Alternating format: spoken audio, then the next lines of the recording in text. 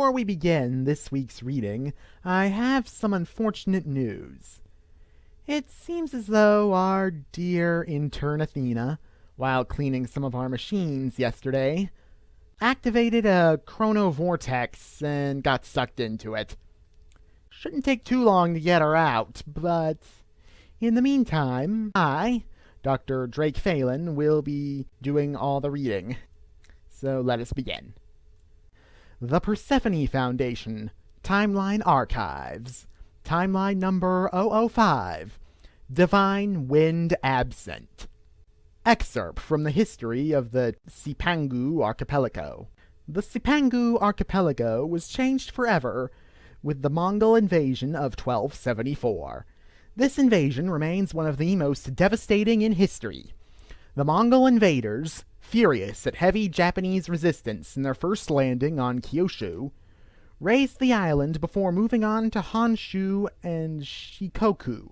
Resistance remained somewhat powerful in the mountain regions of Cipangu, where Mongol horses could do little good, but these same mountains prevented the Cipangese rebels from having much arable land.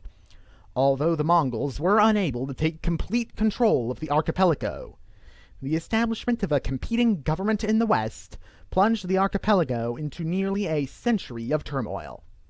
The invasion also marked the end of Japanese isolation from mainland Asia and the beginning of vibrant trade with Goryeo. Goryeo soldiers comprised most of the Mongol invasion force and provided the main portion of the fleet.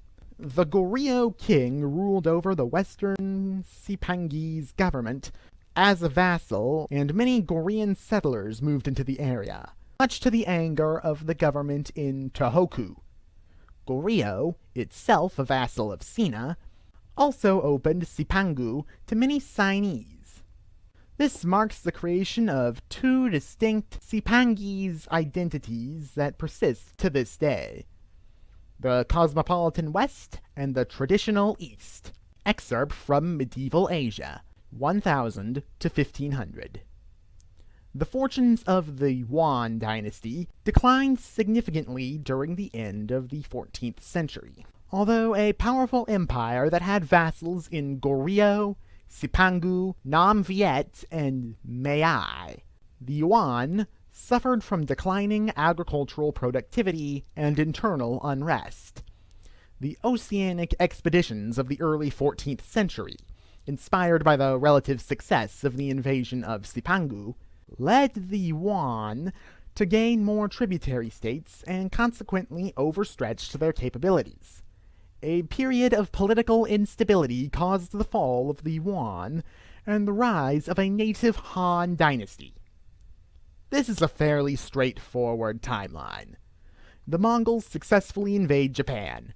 Butterflies cause the Mongol invasions and occupation elsewhere to change and make the world unrecognizable to us.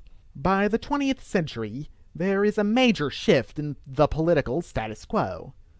While the world was once divided between the Orthodox Holy Alliance and the Catholic League, a new set of powers has arisen to challenge both. The Pact of Bronze, as it is known, is a hodgepodge of different powers with nothing in common except their desire to take the world for themselves.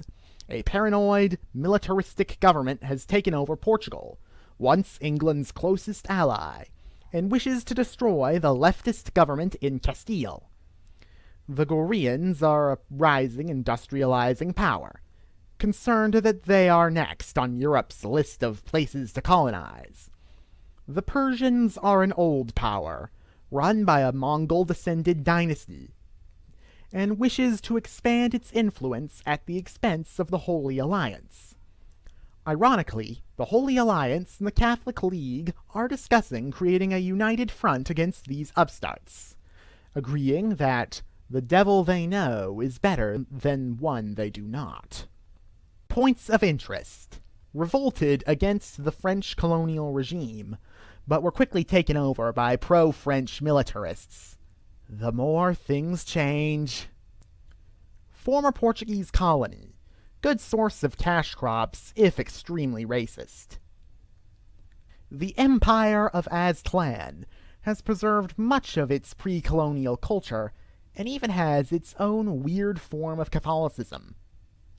The Kingdom of Chimor successfully played off the European powers to maintain independence, now a key English ally. The Empire of Nuevo Castile has ambitions of regional dominance, but is not willing to join the Bronze Pact. Self-governing, but doesn't want to give up French armies in case of northern attack.